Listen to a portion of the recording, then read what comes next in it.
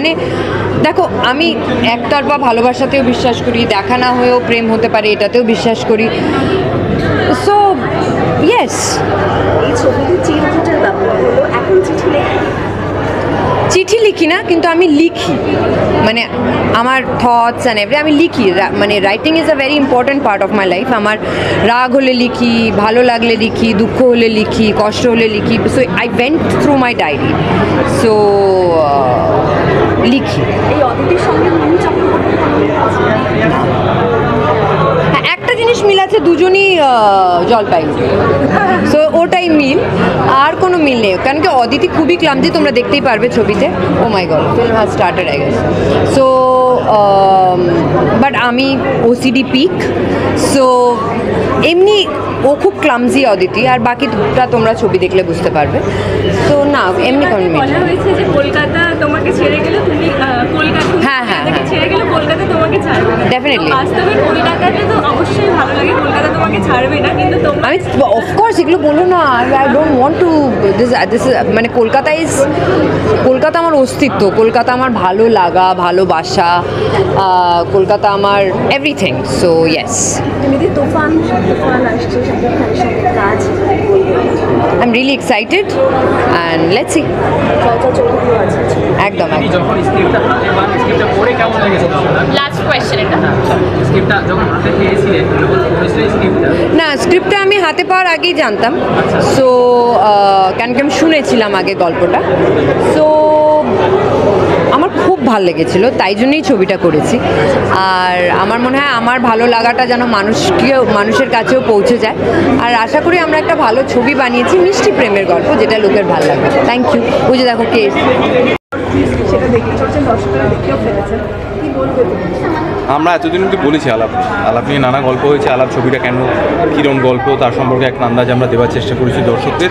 তবে আজ থেকে তো আর আমাদের বলার কথা নয়, আজ থেকে বড় পর্দায় যেহেতু আলাপ হচ্ছে, আমাদের এক্সটেন্ডেড ফ্যামিলি মানে আমাদের দর্শকরা যাদের জন্য আমাদের এই সিনেমা বানানো, তারা আজ থেকে আলাপ দেখছেন।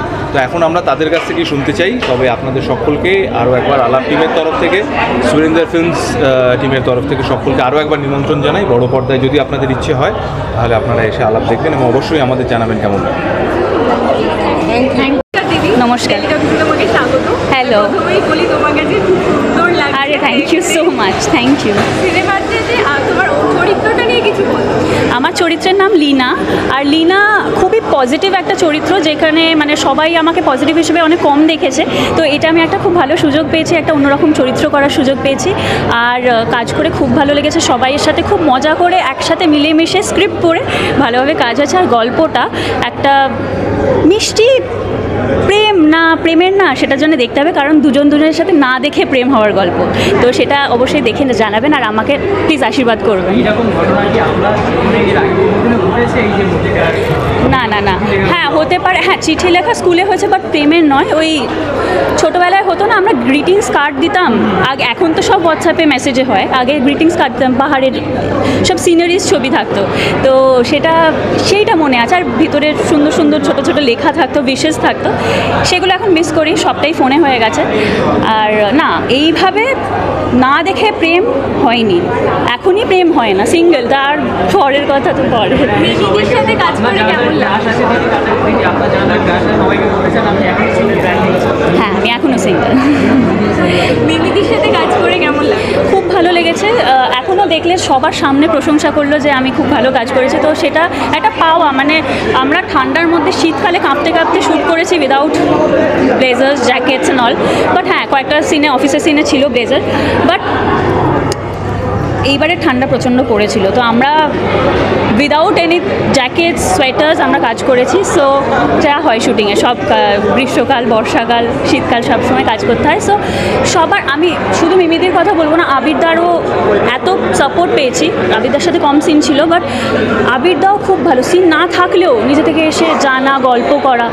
আর মিমিদি তো যেটা বললাম, প্রশংসা করলেই খুব ভালো লাগলো। আর মিমিদির, আবিরদার আমি এমনিই ফ্যান।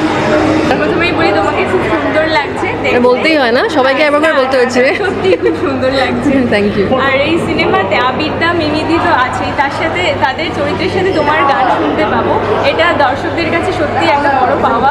তো তোমার এই সিনেমায় গান করে কেমন লাগলো? আমার এই ছবিতে একটু বেশি ভালো লাগা আছে কারণ চাকিদার সঙ্গে আমার অনেক ছোটো থেকে আলাপ, কারণ চাকিদা আমাকে অনেক ছোটো থেকে চেনে এবং চাকিদার পরিচালনায় ছবিতে আমার গান থাকছে, সেটা একটা আলাদা রকমের ভালো লাগা ডেফিনেটলি।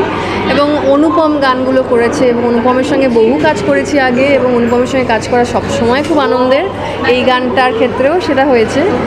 এবং আরও একটা ভালো লাগা এক্সট্রা সেটা হচ্ছে আমাদের যে গান, সেই গানটা রোহান আমার সঙ্গে গেয়েছে, একদম অল্প বয়স্ক একজন নতুন ছেলে, খুব মিষ্টি করে গেয়েছে গানটা, অ্যান্ড আই থিঙ্ক ভীষণভাবে কমপ্লিমেন্ট করেছে এই গানটা ওর গলায়। সো ওভারঅল ফিডব্যাকও ওভারওয়েলমিংলি পজিটিভ। অনুষ্ঠানে গাওয়াও হয়ে গেছে আমার এই গানটা অলরেডি এবং ইনস্ট্যান্ট ফিডব্যাক যেটা বলছে we are all very happy. So overall বেশ খুশি খুশি আছি আমরা সবাই।